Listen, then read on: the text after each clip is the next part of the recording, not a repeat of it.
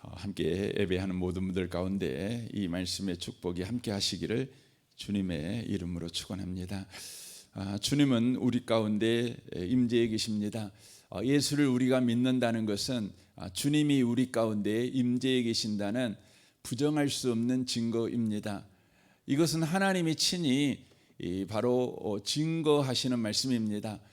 베드로가 주는 그리스도시요 살아계신 하나님의 아들이십니다라고 고백을 할 때 그 고백이 바로 혈육에서 나온 것이 아니다라고 말씀합니다. 이 말은 사람의 가르침에서 나온 것이 아니며 네 자신의 생각에서 나온 것이 아니다라는 의미입니다.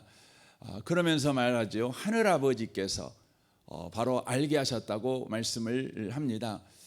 하늘아버지께서 알게 하셨다. 그러니까 베드로와 부자지간의 관계를 맺고 있는 바로 하나님께서 알게 하심으로 베드로가 예수님이 나의 주님, 나의 하나님이라고 알게 되었고 또 고백하게 되었다. 이렇게 말씀을 하고 있는 것입니다. 부자지간이라는 것은 함께하는 바로 존재라는 것을 이야기를 해주고 있는 것이죠. 그러니까 하나님께서 베드로와 함께 하고 계시니까 베드로에게 나타난 현저한 증거가 있었는데 그것이 바로 예수님을 참되게 바로 신앙으로 고백하는 것이었다고 하는 것입니다. 여러분에게 지금 주님이 임재해 계시는가 안 계시는가 여러분의 환경과 상황에서 찾으려고 하지 마십시오. 요즘 여러분들이 하고 있는 일이 잘 되냐 안 되냐, 요즘 자식들이 속 썩히느냐, 자식들이 참 내게 자랑이 되고 있느냐, 거기에서 찾지 마십시오.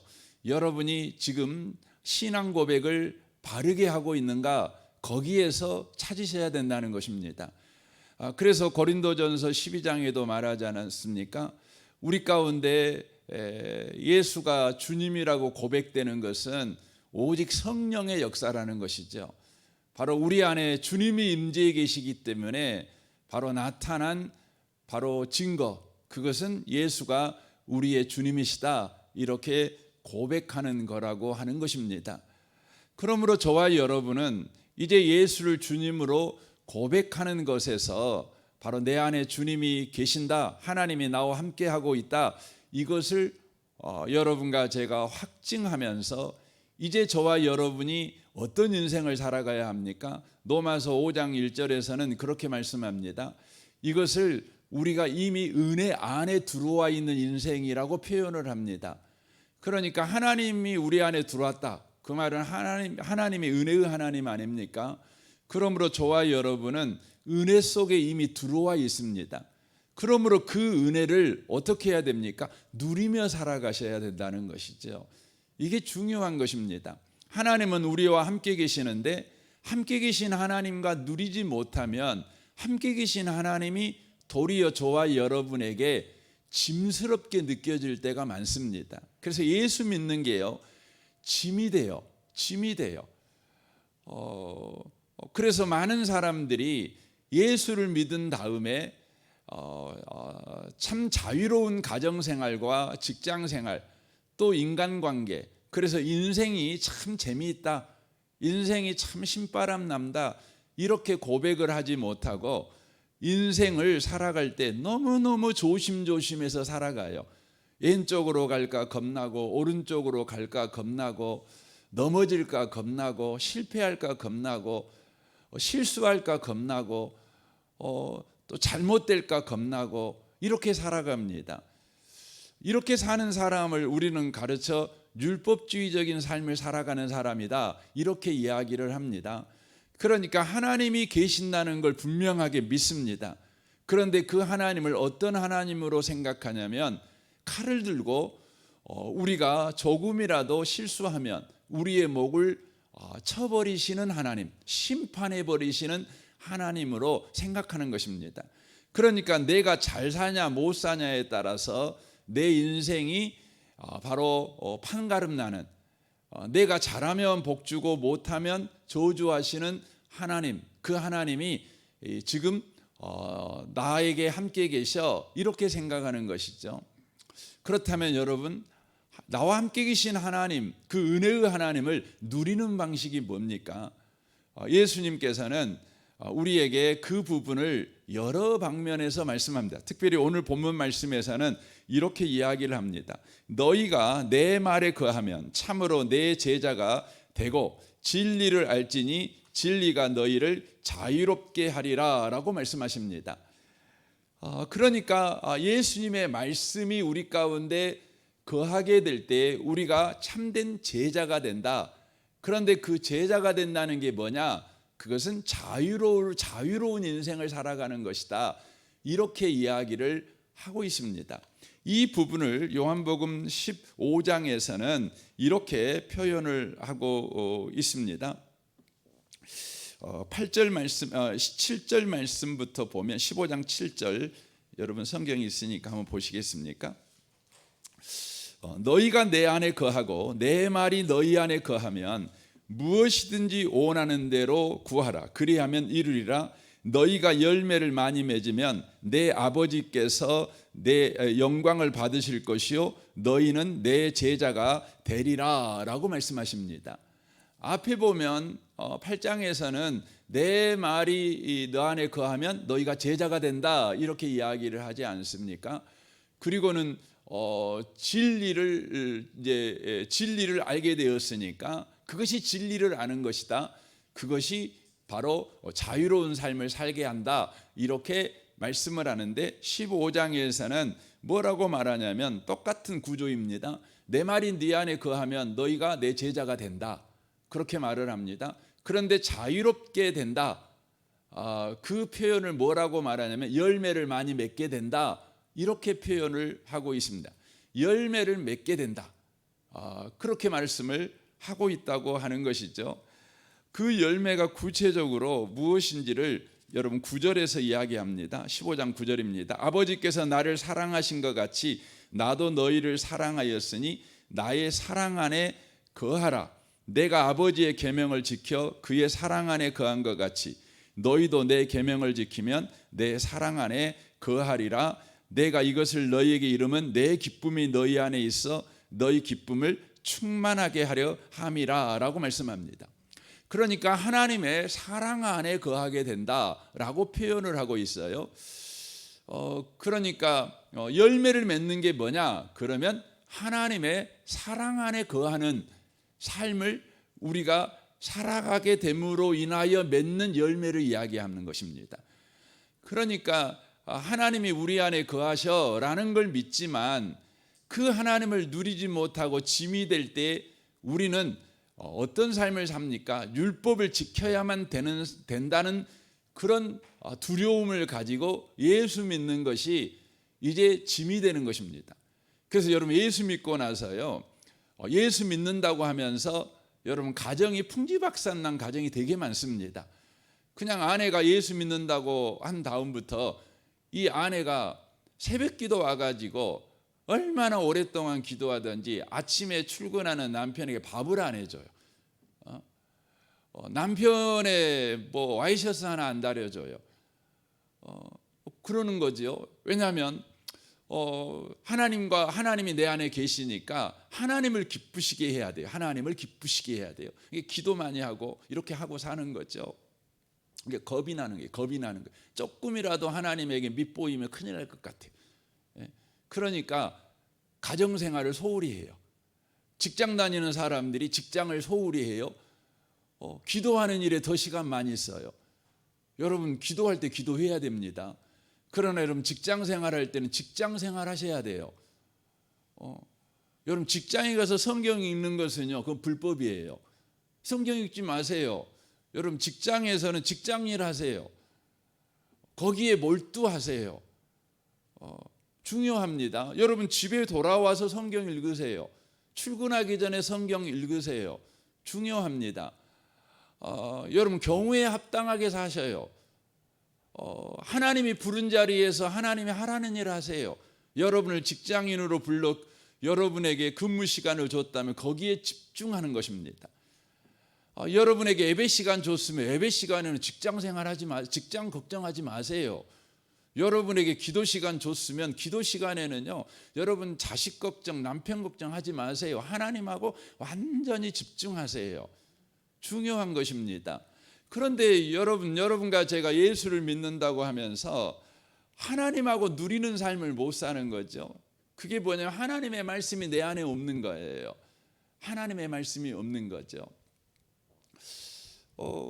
여러분, 하나님 말씀이 내 안에 있는 것이 중요해요. 그러면 여러분, 하나님 말씀이 내 안에 있다는 게 뭐죠? 여러분, 하나님 말씀이 내 안에 있다는 것이 뭐냐?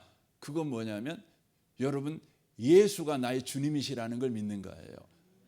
그러니까 여러분, 성경이 전체가 말하는 하나님 말씀의 핵심이 뭐냐?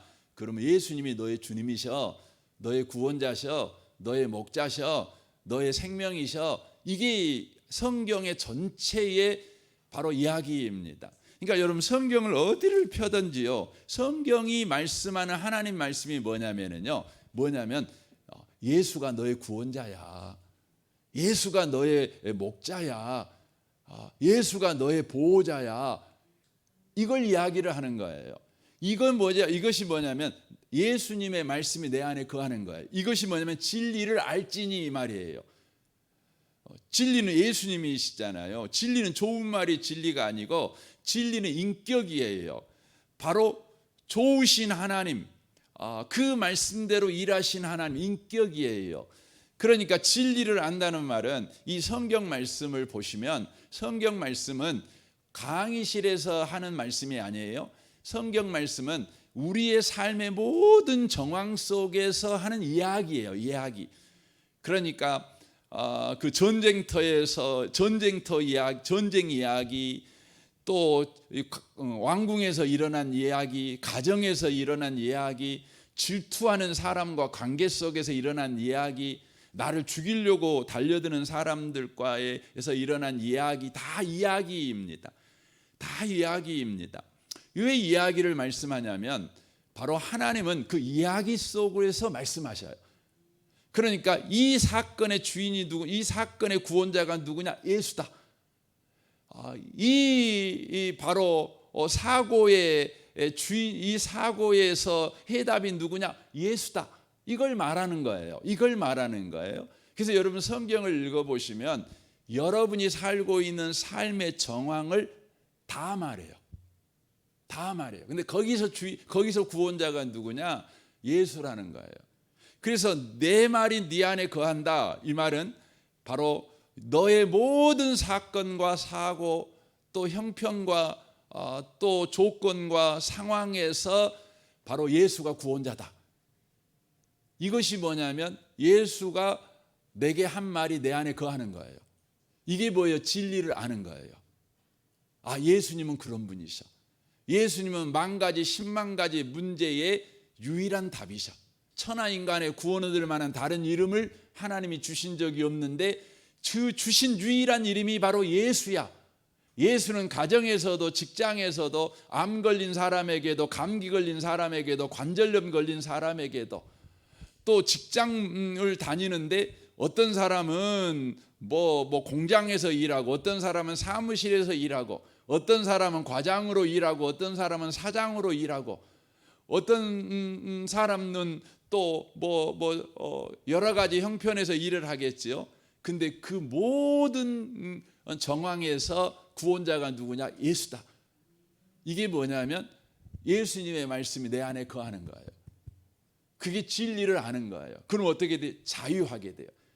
바로 그러게 되면 어떻게 돼요? 하나님과 사랑관계 가운데 들어가요. 사랑관계. 하나님이 무서운 하나님이 아니라 하나님이 나를 사랑하신 하나님이셔. 나를 사랑해요. 사랑한다는 것을 성경에서는 예수님과 우리 사랑관계를 남녀관계로 표현합니다. 그러니까 예수님은 신랑이에요. 교회는 신부예요. 신랑이 신부를 사랑해요. 그럼 어떻게 되죠? 신랑이 아이를 갖는 거예요. 그와 마찬가지로 성도인 저와 여러분에게 주님의 것이 열매로 맺어져요. 그게 뭐죠? 성령의 열매인 거예요. 그래서 사랑, 희락, 화평, 오래 참은, 자비, 양성, 충성, 온유, 절제라고 말하고, 오늘 요한복음 15장에서는 뭐라고 말합니까? 11절에 보면 내 기쁨이 너희 안에 있어 너희 기쁨이 충만하게 하려 함이라 라고 말씀하고 있는 것입니다. 그래서 여러분, 저는 여러분을 축복합니다. 여러분이 어떤 설교를 듣든지요, 여러분에게 들리는 귀가 열렸으면 좋겠어요. 어떤 들리는 귀가 열렸으면 좋겠냐면, 예수님이 구원자래, 예수님이 우리 목자래, 예수님이 이 문제의 답이래, 이 음성이 꼭 들렸으면 좋겠습니다. 여러분이 어떤 문제를 가지고 예배당에 왔든지, 여러분이 설교를 듣는 가운데 네 문제에 대한 해답은 예수야, 구원자는 예수야, 이 음성이 여러분에게 들렸으면 좋겠습니다.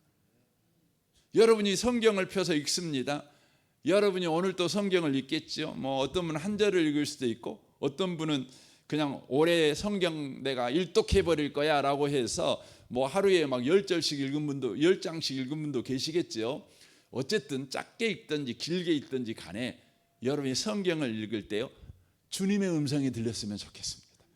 그게 뭐냐면, 내가 구원자야, 내가 하나님이야, 내가 너의 목자야, 내가 너의 반석이야, 내가 너의 산성이야, 네가 피할 바위야, 이 음성이 꼭 들렸으면 좋겠습니다. 여러분, 다윗은요, 인생을 살아갈 때 여러분과 제가 다윗이 살아간 인생하고 비교해 보면 우리는 참 편하게 인생 살고 있는 사람들입니다. 여기서 참 인생 험하게 사신 분 계시잖아요. 저도 생각해 보면 제 나름대로 인생을 험하게 살았어요. 그래서 저도 농담처럼 서울 지하철에 가갖고 이렇게 앞에 바구니 놓고 제가 살아온 날들을 이렇게 이야기를 하면 아마 한 10,000원 정도는 거둘 수 있을 것 같아요. 예. 아마 여러분은, 어떤 분은 10만 원도 거둘 수 있는 분도 계실란가 모르겠어요. 어떤 분은 더 거둘 수도 있겠죠.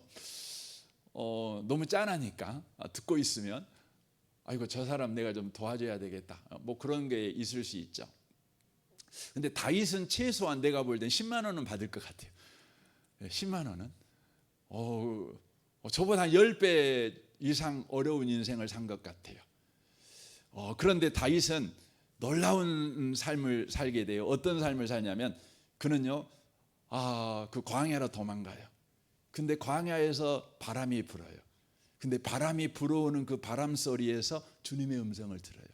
무슨 음성 듣죠? 내가 너의 목자야, 이 음성이 들려요. 그는 새소리를 들어요. 새소리를 통해서 뭘 들어요? 주님이 너의 반석이야, 이 소리를 들어요. 그래서 여러분, 시편을 읽어보시면 다윗이 하나님에 대해서 고백을 정말 많이 해요. 어떤 고백합니까? 하나님 나의 반석이십니다, 나의 피할 바위십니다, 산성이십니다, 목자십니다, 나의 노래십니다, 나의 찬양이십니다, 이렇게 고백을 해요. 고백해요.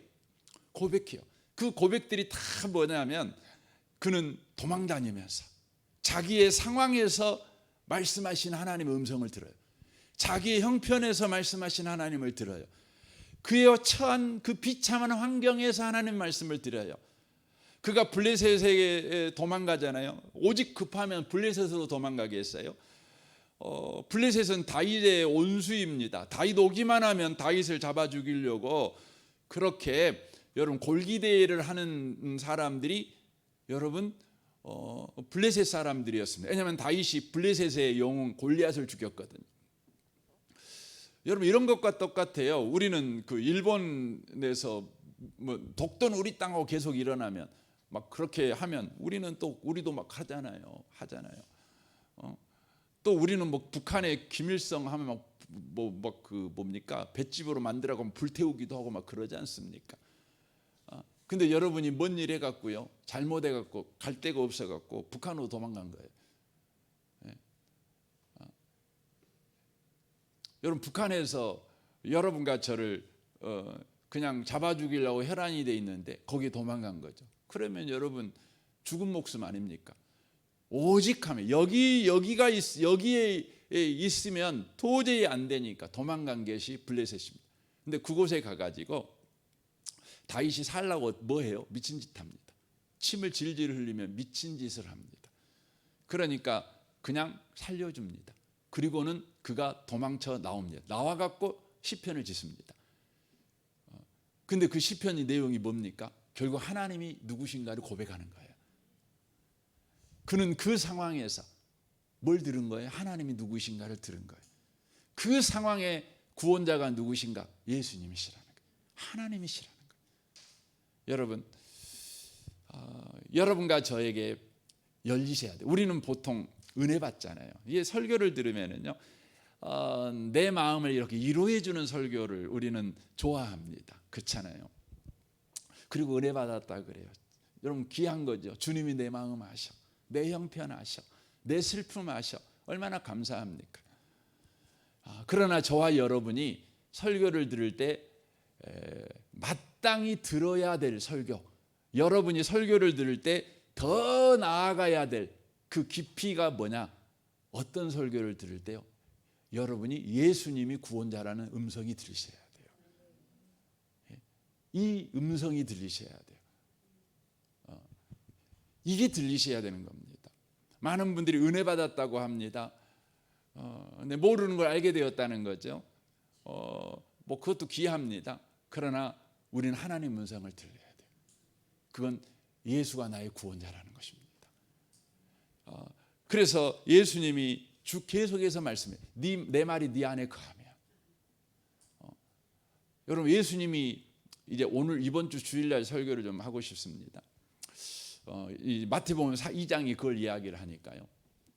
예수님이 이 땅에 오셔갖고 여러분 뭐 석가모니도 좋은 말씀도 하시고 공자도 좋은 말씀도 하시고 여러분 세상에 이인들이 참 좋은 말씀 많이 하셨잖아요. 그렇죠? 좋은 말씀 많이. 그래서 그런 분들을 그렇죠? 세상의 4대 성인이라고 이야기합니다. 이대한 가르침을 해주신 분들, 그런 것이죠. 근데 예수님은 그분들과 다른 가르침을 하셨다는 거죠. 예수님이 가르친 것의 핵심이 뭐예요? 예수님이 가르치는 것의 핵심이 뭡니까? 예수님이 가르친 것의 핵심이 뭐냐면 자기 자신을 가르친 거예요. 나 믿어라. 그럼 죄에서 사함 받아. 나 믿잖아. 너 죽어도 살아. 이 말한 거예요. 여러분 성령이 하시는 일이 뭡니까? 예수님이 한 말을 가르치고 생각나게 하는 거예요. 예수님이 하신 말의 핵심은요, 바로 예수님 자신을 가르치는 거예요. 이 아침에 오신 복 있는 성도 여러분, 여러분의 삶에 하나님의 은혜가 함께하길 바랍니다. 매번 여러분의 그 예배 시간에, 또 여러분이 성경을 읽을 때, 아니 여러분이 일상을 살아갈 때, 어떤 환경에 어떤 처지에 있든지 여러분의 귀에 들려오시길 바랍니다. 예수가 너의 주님이야. 이 음성이 들리는 복이 임하시기를 주님의 이름으로 축원합니다. 아멘. 우리 같이 이 시간 기도하겠습니다.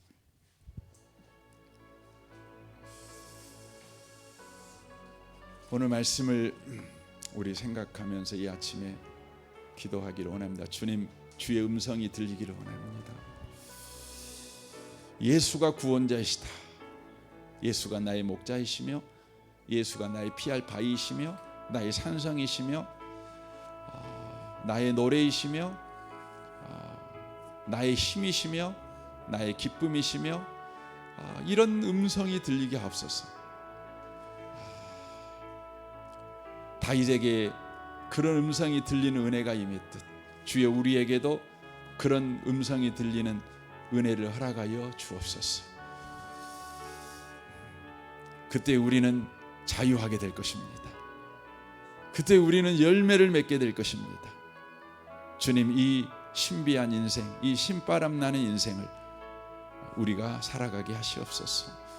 여러분 이를 위해서, 여러분 자신을 위해, 가정을 위해, 또 직장 생활을 위해서 여러분 기도하십시오. 내일 주일입니다. 특별히 맥주 감사 주일로 우리가 지키게 됩니다. 또 성찬식도 있습니다. 내일 예배가 또한 예수가 나의 주님이십니다. 이 음성이 우리를 압도하는 예배가 되게 하여 주옵소서. 찬송을 부를 때, 기도하는 기도를 우리가 동참할 때, 우리가 예배당에 올라올 때, 찬송을 부를 때 예수가 나의 주님이십니다. 이 압도적인 나의 모든 환경을 압도하고 나의 형편을 압도하고 나의 문제를 압도하는 이 하늘의 음성이, 이 진리가 나를 압도하는 내일 예배가 되게 하여 주옵소서. 여러분, 필리핀 단기 선교를 위해서 기도하시고, 또 오늘 저녁 7시에 단기 선교 준비 모임을 합니다. 또 이 나라를 위해서, 이 민족을 위해서, 열방을 위해서, 또 우리 다다음 주에, 이제 오는 주일 말고 그 다음 주에 우리 농촌 사역이 있습니다. 어제 같이 그 농촌교회 목사님 만나서 식사도 하고 이런저런 이야기도 나눴는데, 우리가 작년에 간 다음에 그 교회들 안에 참 귀한 일들이 일어났더라고요. 그 새벽 기도를 안 하던 교회가 새벽 기도를 하기 시작했고, 또 갑자기 또 이렇게 성도들이 1명 2명 늘어나게 되고, 또 그때 우리가 전도할 때 왔던 분이 지금 한 번도 교회 안 빠지고 제일 빨리 교회에 오시고 막 이런 이야기 하시더라고요. 참 감사했습니다. 주님, 이번에도 그 농촌 교회가 우리 교회 함께 예배드릴 때 큰 은혜가 임하게 하시고, 목사님들과 성도님들이 큰 힘을 얻고 다시 또 그 시골에 가서 복음의 나팔수, 복음의 충만한 교회들이 되게 하옵소서. 여러분 위해서도 기도해 주시면 좋겠습니다. 우리 좋으신 주님께 통성으로 이 아침에 기도하기를 원합니다. 기도하겠습니다. 오 하나님 아버지, 감사합니다.